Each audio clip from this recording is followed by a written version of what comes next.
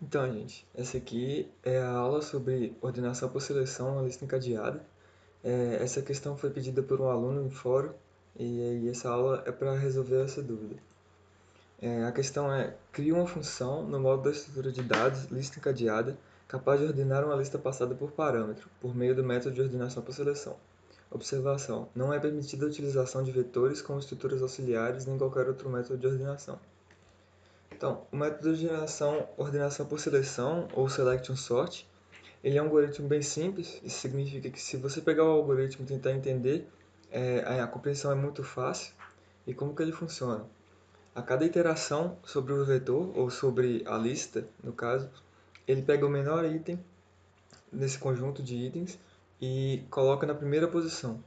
E para cada iteração, ele vai reduzir o número de elementos que ele vai procurar. Ou seja, os elementos já ordenados são desconsiderados nessa busca pelo menor elemento.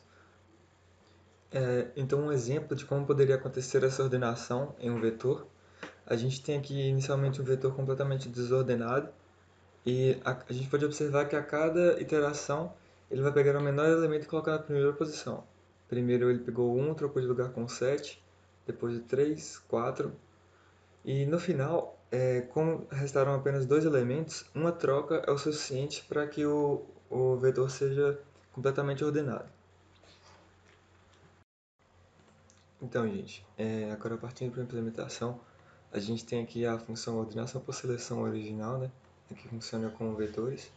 E antes de começar a modificar ela para que ela funcione com listas encadeadas, a gente vai analisar essa aqui para entender o funcionamento dela.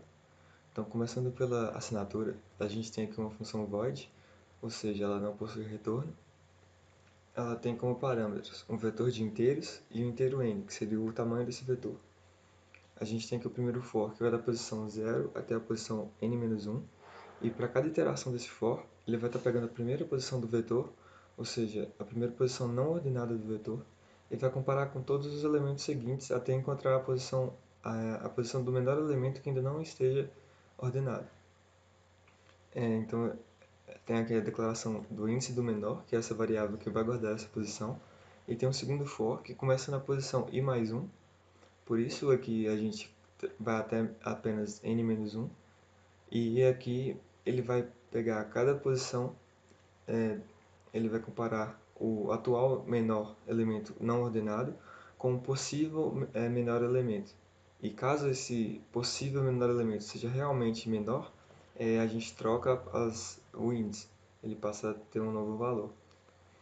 E depois que a cada iteração um menor elemento não ordenado é encontrado, a gente faz a troca, pegando o menor elemento e passando para a posição i, e o elemento que estava na posição i passando para a posição desse outro elemento. Então agora a gente vai começar a modificar essa função para que ela funcione com listas encadeadas. Então, começando aqui pela assinatura, ela vai continuar sendo uma função do tipo void.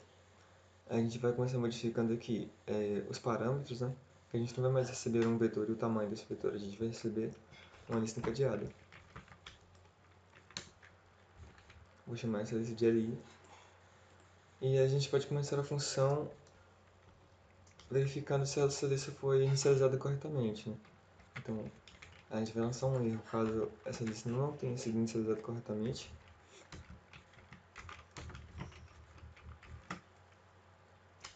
Beleza. Então, um outro caso básico que a gente pode analisar é se a lista for vazia, não tem nada que a gente tenha que fazer, não tem elementos para serem ordenados, né? Então, quando o início da lista for nulo, significa que a lista está vazia, então a gente não precisa fazer nada. Então, eu só vou fazer alguma coisa quando o início da lista não for nulo.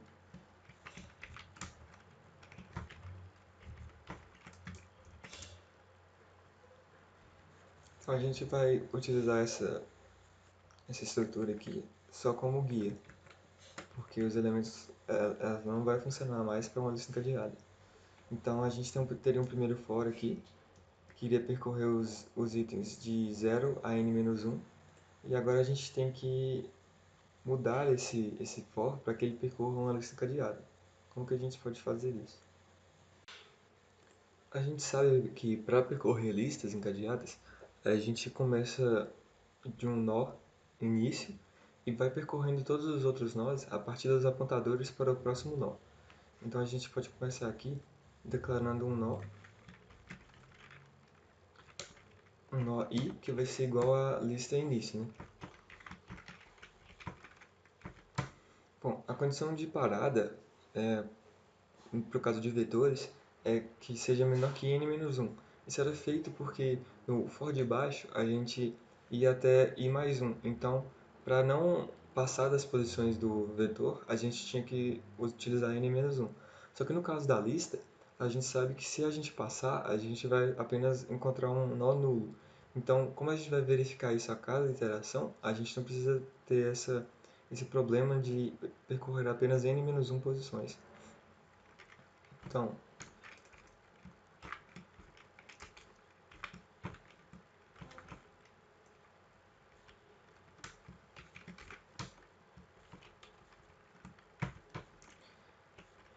e o que seria a incrementação de i, agora o i vai pegar o valor do próximo nó.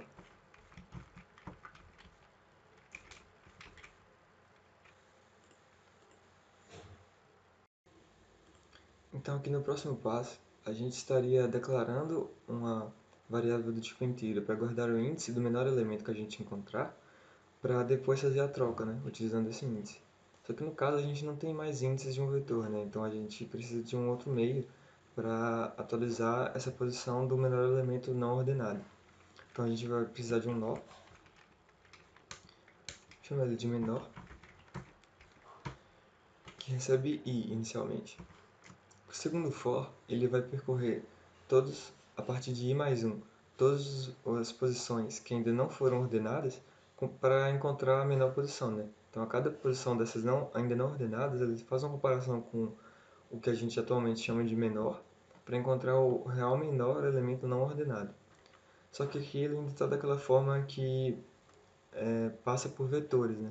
E a gente não consegue usar dessa forma. Então, a gente vai continuar declarando o j, só que ele vai passar de int, ele vai passar a ser um nó.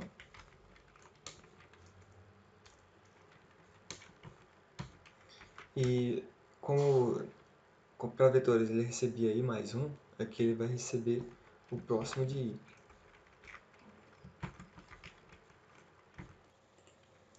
Dessa vez a gente vai verificar a cada iteração se o j é válido.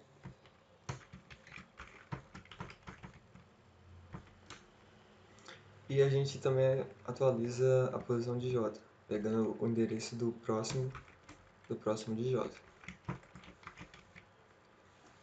Bom, agora essa comparação aqui, como que a gente pode fazer, né? Aqui a gente está pegando índices do vetor, comparando os elementos através do índice.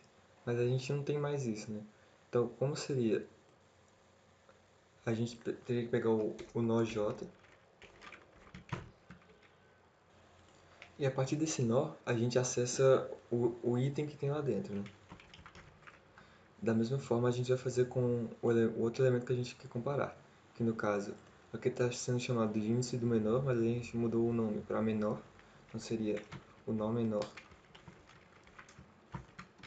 o item que está nesse nó, e a gente faz essa comparação, né? Se o item que está no nó j for menor que o item que está no nó menor, a gente tem que atualizar, fazendo com que menor receba j. Já que a gente está à procura do menor elemento. Beleza. Depois disso, quando terminar essa iteração, a gente sabe que quando chegar aqui, menor vai estar guardando o nó que tem o menor item ainda não ordenado desse vetor, né? Então agora a gente tem que começar a mudar essas três linhas para que ela possa guardar esses valores e alterar as posições.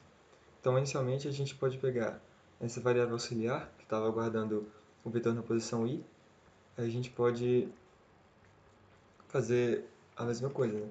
Então,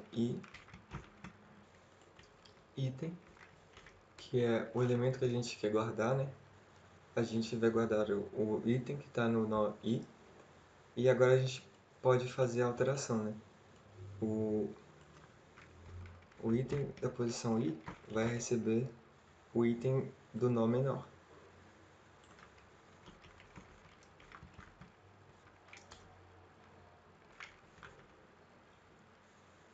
e o nó menor vai receber o item que estava na posição i, que foi armazenado na variável auxiliar. Então, dessa forma, a função já deve estar funcionando corretamente. A gente só precisa dar aqueles toques finais, né? Fechar a chave do if e... Tô faltando ponto de vírgula aqui. Beleza, então para a gente testar isso aqui agora, a gente só precisa salvar o arquivo, adicionar essa assinatura no arquivo de cabeçalho. E agora a gente já pode testar essa função na função main, né? Então aqui no arquivo main.cpp eu já havia preparado uma estrutura para a gente testar essa função. Então aqui a gente tem essa função imprimir lista, que vai imprimir todos os elementos da lista na ordem em que eles estiverem lá. Aqui tem a função main, que eu estou criando uma lista e estou inserindo vários elementos nela de forma não ordenada. Então logo depois eu vou imprimir essa lista para mostrar que eles realmente não estão ordenados. A gente vai ordenar essa lista através da função que a gente acabou de modificar. E logo depois eu vou imprimir a lista de novo para mostrar que funcionou a ordenação, que está ordenando de forma correta.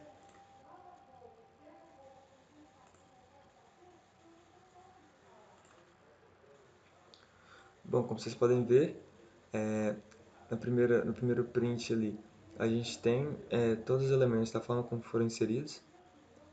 E no segundo print, que foi após a ordenação, os elementos estão completamente ordenados.